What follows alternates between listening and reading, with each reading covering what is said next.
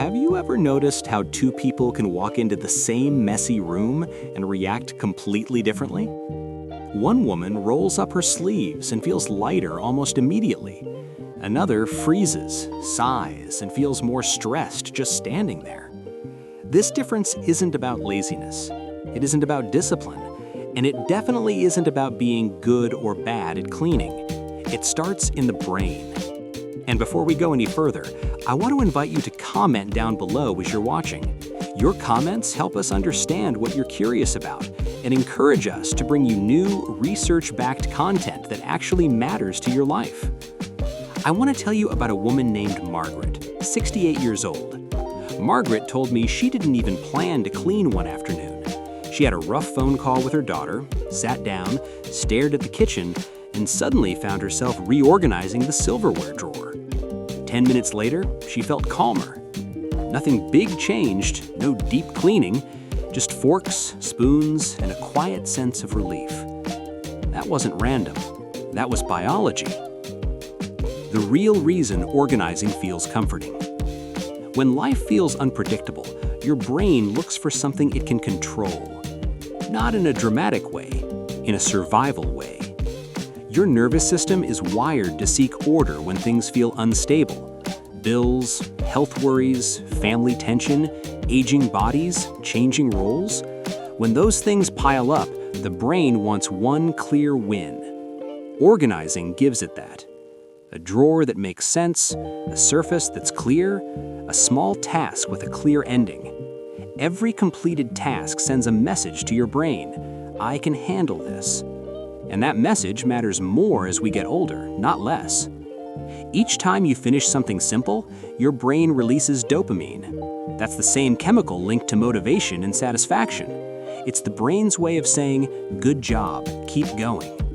At the same time, clutter keeps cortisol elevated.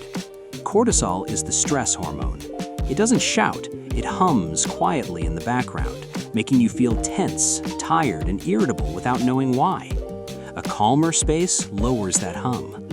That's why wiping a counter can feel oddly emotional. That's why making the bed can change your whole morning. That's why tidying for 10 minutes can feel better than scrolling for an hour. Comment down below, have you ever cleaned something small and felt your mood shift almost immediately? Now let's talk about the other side. Why does clutter feel unbearable for some and invisible to others? Your subconscious treats your environment as information. Every object sends a signal. Papers on the table say unfinished. Shoes by the door say rushed. Overflowing drawers say delayed decisions. For people who feel deeply, those signals pile up. The mind never fully rests. I spoke with Elaine, 72, who told me she couldn't relax in her living room anymore. Not because it was dirty, but because it was crowded with things she didn't use. Old magazines she meant to read, decor she once loved but didn't anymore, gifts she felt guilty letting go of. Her brain interpreted that space as noise. When she finally cleared one corner, she said something interesting. It felt like my chest could breathe. That's not poetic language. That's nervous system relief. A calmer environment tells your body it's safe to slow down. Organizing isn't about impressing anyone. Here's something important. People who enjoy organizing are often misunderstood. They're labeled picky, controlling, obsessive. But most of the time, organizing has nothing to do with appearances. It's about internal quiet. For Rosemary, 70, it wasn't about a perfect home. She lived alone, no visitors, no pressure. She organized because the rhythm soothed her. Sorting mail, folding towels the same way every time, returning things to their place. Those routines gave her a sense of continuity when everything else felt uncertain. That's why so many women over 60 find comfort in systems, not strict rules, gentle patterns. The mind likes knowing what comes next. The creative side of decluttering. For others, organizing isn't just calming, it's expressive. The home becomes a form of storytelling. Which photos stay out, which books are visible, which colors surround you. That's not decoration, that's identity. I met Lucinda, 66, who said decluttering helped her rediscover herself after retirement. She let go of things tied to old roles and kept what matched who she was becoming. Organizing helped her say, "This is my life now." That's powerful. Your space doesn't just hold things, it reflects who you are and who you're allowing yourself to be. When decluttering feels heavy. Let's be honest for a moment. Decluttering isn't always peaceful. Sometimes it's emotional. Sometimes it's exhausting. Sometimes it makes you cry and you don't know why. That's normal. Every item you release represents a decision. I don't need this version of myself anymore. I don't need to hold on to this memory in this form. I can let this go.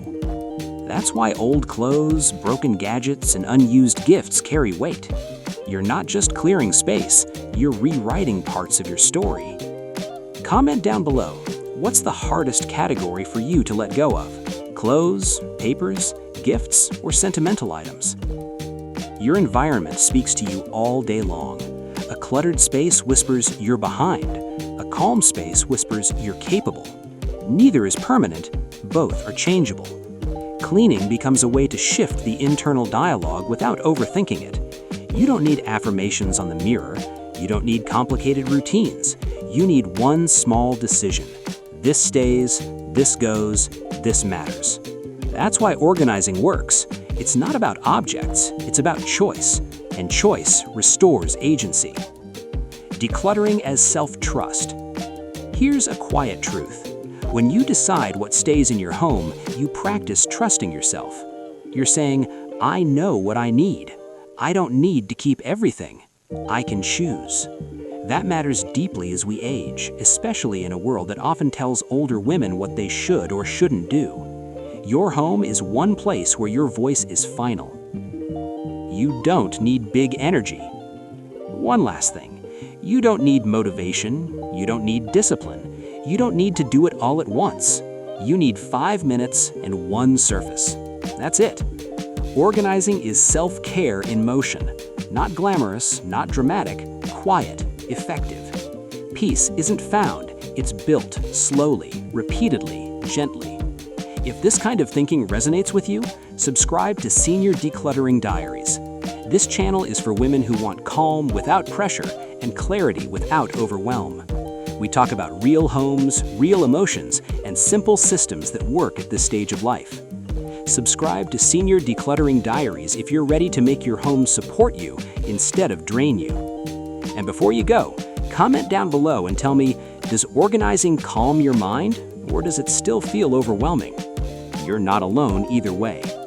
And if this conversation felt grounding, subscribe to Senior Decluttering Diaries. We're building a quieter, kinder way to live, one small choice at a time.